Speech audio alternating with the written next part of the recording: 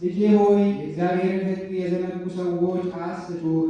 ከእኛ ጋር ደም በማፍሰስ ተባበረን ብለው ቢማልዱህ እሺ በእጅ አትበላቸው። እውነተኛ ሰውን በግፍ ገድልን እንቅበረው፣ በሕይወትም ሳለ እንደ መቃብር እንዋጠው። ስም አጠራሩን ከዚህ ዓለም እናጥፋ። ብዙ ገንዘቡንም ሰብስበን በቤታችን እንብላ። አንተም ከእኛ ጋር ተባበር። አንድ የዕቃ አቅማዳ ወይም ኮረጆ ለሁላችን ይሁነን፣ አንዲት የስንቅ ስልቻም ለሁላችን ትብቃን ብለው ቢማልዱህ እሺ በእጅ አትበላቸው። ልጄ ከእርሳቸው ጋር መንገድን አትሂድ፣ እግርህን ከፈለጋቸው አርቅ። እግሮቻቸውን ለክፋት ይሮጣሉና ደምንም ለማፍሰስ ይፈጥናሉና።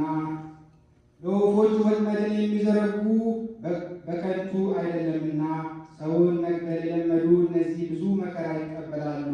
የኃጢአተኞችም ሰዎች ሞታቸው ክፉ ነው። ይህ ሥራ ኃጢአትን ፈጽመው ለሚሰሩ ሰዎች ሁሉ ነው። ኃጢአት ቅሚያ ሰውነታቸውን ታጠፋለች።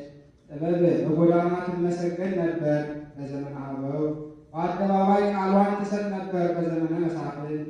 በቅጥሩም ራስ ላይ ትነገር ነበር በዘመነ ነገሥት። በኃይለኞች በሮች ታገለግል ነበር በዘመነ ካህናት።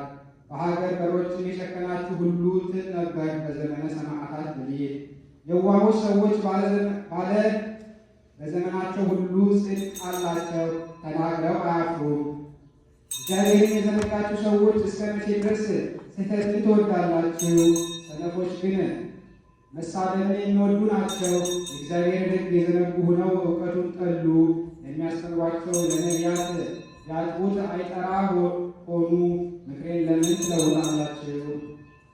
እነሆ እኔ ረቂቅ ቃሌን እነግራችኋለሁ፣ ነገሬንም አስተምራችኋለሁ። ብጠራችሁ አልመለሳችሁልኝም፣ እጄንም ብዘረጋ አላስጠለቃችሁኝምና። ትምህርቴን ባስተምራችሁ አልተቀበላችሁኝምና፣ ትእዛዜንም የተናቀ አድርጋችኋልና፣ ምክሬን አልተመለከታችሁምና።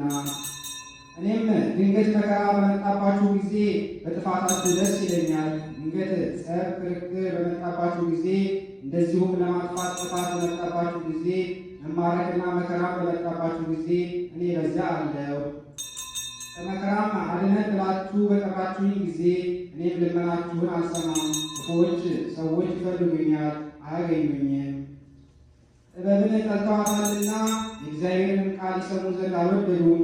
የኔን ምክር ይመለከቱ ዘንድ አልወደዱምና ሕጌንም ሁሉ ይሽራሉና። እንግዲህስ የሥራቸውን ፍሬ ይብሉ፣ የራሳቸውን ኃጢአት ፍዳ ይጥገቡ።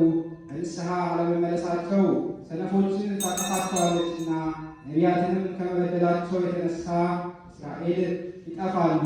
የእግዚአብሔር ሕግ የዘነጉ ሰዎችን መመራመራቸው ታጠፋቸዋለች።